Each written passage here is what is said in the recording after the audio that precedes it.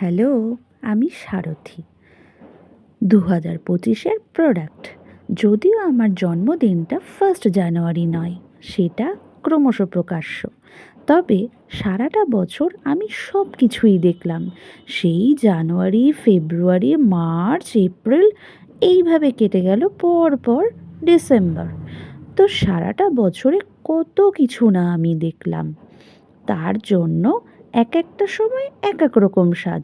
কখনো মায়ের কোলে, কখনো বা মাসিমণির করে দেওয়া সাজ বিভিন্ন রকম, কখনো বা বাড়ির কাজের মেয়ে, কখনো বা টাওয়াল জড়িয়ে একটা ছোট্ট ছেলে, আবার কখনো বা গরমে সুন্দর করে স্নান করা, কখনো বা সুন্দর দাঁড়াতে শেখা। একটা বছর হাসি মজাতে কেটে যাওয়ার পর আমি এখন দাঁড়াতে পারি, হাঁটতেও পারি। তাই সব্বাইকে জানাই হ্যাপি নিউ ইয়ার ২০২৬।